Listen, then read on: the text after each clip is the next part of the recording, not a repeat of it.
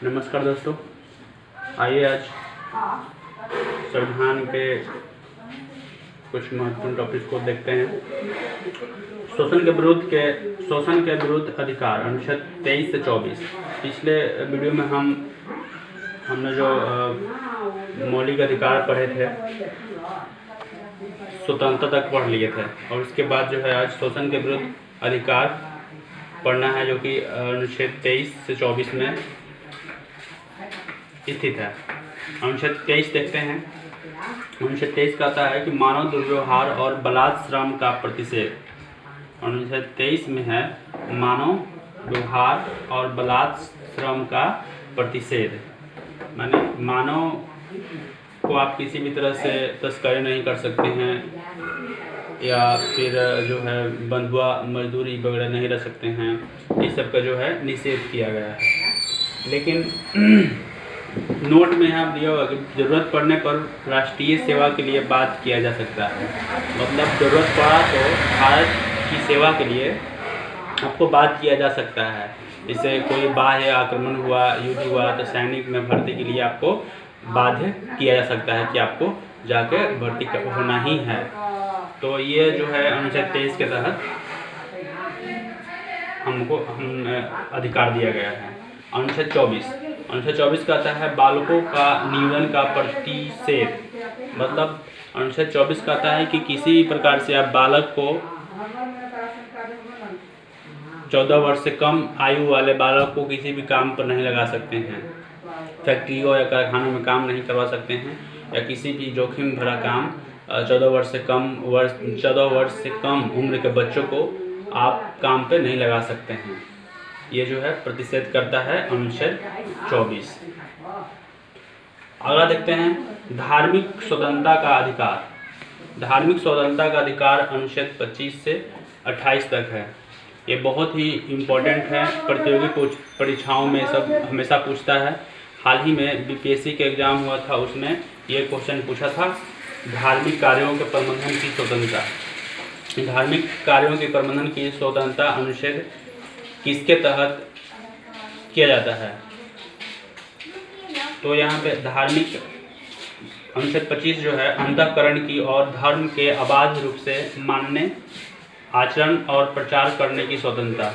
ये जो है अनुच्छेद 25 कहता है कि आप किसी भी धर्म को मान सकते हैं या उसको प्रचार प्रसार कर सकते हैं। ये अनुच्छेद 25 कहता है। अनुच्छेद 26 कहता है कि धार्मिक कार्यों का प्रबंधन की स्वतंत्रता। आप धार्मिक धर्म से रिलेटेड किसी भी कार्य को कर सकते हैं, ये आपका मौलिक अधिकार है। और ये जो है बीपीएससी में पूछा गया क्वेश्चन है कि धार्मिक कार्यों का प्रबंधन की स्वतंत्रता किस अनुच्छेद के तहत किया जाता है? तो अनुच्छेद 25 के तहत।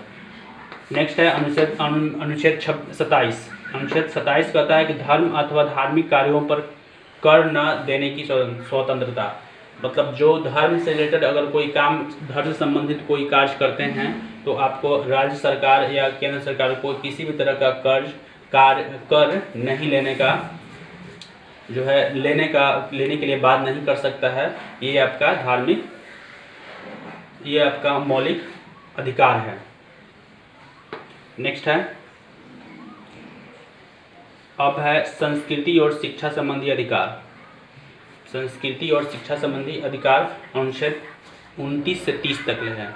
29 से 30 तक जो है 29 और 30 में बताया गया है कि संस्कृति और शिक्षा संबंधी अधिकार। अब आइए देखते हैं अनुच्छेद 29 क्या कहता है। अनुच्छेद 29 कहता है कि अल्पसंख्यक वर्गों के हितों के संरक्षण। माने देश में जो भी अल्पसंख्यक वर्ग है, जिसका ऐसा कोई अल्पसंख्यक वर्ग उसको बोला जाता है, ऐसा कोई धर्म जिसकी संख्या बहुत कम हो। बहुत कम होने के कारण उस धर्म के लोगों को अल्पसंख्यक कहा जाता है। तो ये अल्पसंख्यकों के हितों का संरक्षण करता है अनुच्छेद 29। नेक्स्ट है, अगला है अनुच्छेद 30। अनुच्छेद 30 कहता है कि शिक्षा संस्थाओं की स्थापना और प्रशासन करने का अधिकार अल्पसंख्यकों को है। मतलब किसी भी प्रकार से वह जब अपना शिक्षा संस्था खोल सकता है और उसको प्रशासन में उसका अल्पसंख्यकों का ही अधिकार होगा, किसी भी प्रकार से कोई बाध्य नहीं होगा। अगला देखते हैं संवैधानिक उपचारों का अधिकार। संवैधानिक उपचारों का अधिकार जो है, जब संविधान बना था, बन करके रेडी हुआ, तब भीमराव अम्बेडकर जी ने कहे थे कि यदि किसी भी संस्था तब तक तर्कहीन, शक्तिहीन और महत्वहीन है जब तक कि उसको लागू कराने वाला कोई जो है तत्व ना हो। तो इसीलिए अनुच्छेद 32 को संविधान की आत्मा कहे हैं, क्योंकि अनुच्छेद 32 के तहत ही ये सब मूल अधिकारों को लागू किया जा सकता है, मौलिक अधिकारों को लागू किया जा सकता है। तो अनुच्छेद 32 कहता है कि मूल अधिकारों के संरक्षण का अधिकार स्वयं में ही मूल अधिकार है। मूल अधिकार जो है स्वयं में ही मूल अधिकार है, ठीक है। और मूल अधिकार जो है मूल, इस संदर्भ में सर्वोच्च न्यायालय 5 तरह के रीट जारी कर सकता है, ठीक है। 5 तरह के रीट जारी कर सकता है सर्वोच्च न्यायालय, कर सकते हैं। पहला है बंदी प्रत्यक्षीकरण। ये बंदी प्रत्यक्षीकरण क्या है, इसको थोड़ा समझते हैं आसान भाषा में। हिरासत में लिया गया व्यक्ति, मान लें कोई व्यक्ति को हिरासत में ले लिया गया और वह व्यक्ति जो है सही है और उसको उस पर लगा हुआ जो आरोप है वो गलत है, तो इसलिए ये सर्वोच्च न्यायालय उसको आदेश देता है कि उसको जल्द से स्वतंत्र किया जाए, जल्द ही उसको स्वतंत्र किया जाए। ये है बंदी प्रत्यक्षीकरण। निकालना है परमादेश। परमादेश का मतलब है जब कोई पदाधिकारी अपने सार्वजनिक कर्तव्य को निर्वाह नहीं करता है, जब कोई पदाधिकारी, ऐसे पदाधिकारी जो हो जो कोई अपना उसका जो कर्तव्य है उसका सही तरीके से निर्वाह नहीं करता हो, तब उस समय सर्वोच्च न्यायालय जो है परमादेश जारी कर सकता है, आदेश जारी कर सकता है उस अधिकारी के खिलाफ। अगला है प्रतिषेध लेख।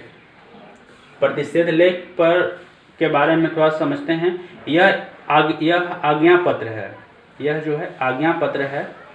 यह सर्वोच्च न्यायालयों तथा उच्च न्यायालयों द्वारा निम्न न्यायालयों को दिया जाता है।